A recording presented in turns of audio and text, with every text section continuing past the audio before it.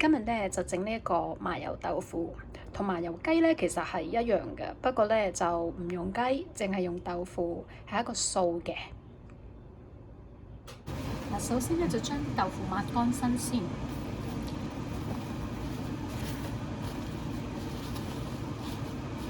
豆腐一定要乾嘅，咁一陣間煎嗰陣時咧先至會靚嘅。將兩匙油燒熱先，個鑊咧一定要係好熱嘅。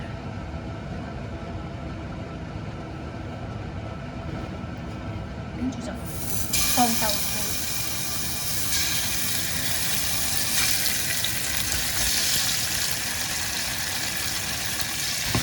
咁由佢煎啦，煎到佢金黃之後咧，就將佢擺攤住，大約係1至2分鐘到啦。我煎佢2分鐘啦。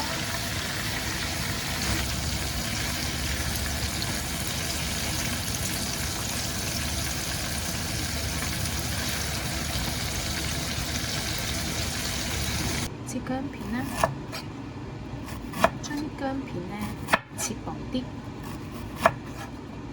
好啦，將啲豆腐咧煎到差唔多之後咧，我哋就將佢擺埋一邊先，唔好落蠔油住，因為如果咧你落咗蠔油咧，就好快燶啊。我哋可以一陣間先落，將啲豆腐散埋一邊先。成日太粗魯啦，我要温柔啲嘅。跟住落薑片，咁佢慢慢煎啦，煎到咧燶燶地啦，變咗做金黃色啦，先至拎翻出嚟。呢個時候咧可以切金菇啦，金菇其實唔使洗啊。切咗個尾部啦，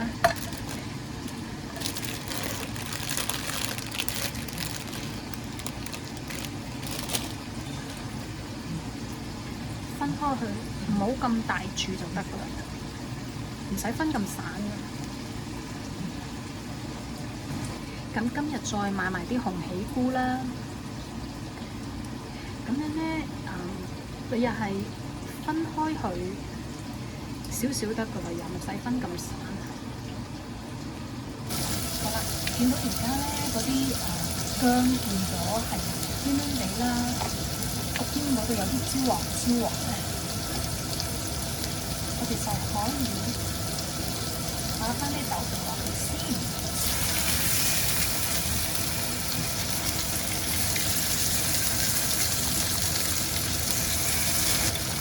然後呢個時候咧，你就可以落麻油，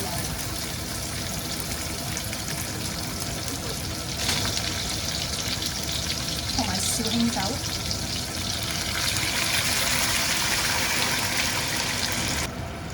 落大約1杯嘅水啦。我自己都係1個人食，所以我唔使煮咁多。係啦，最後咧就落啲菇。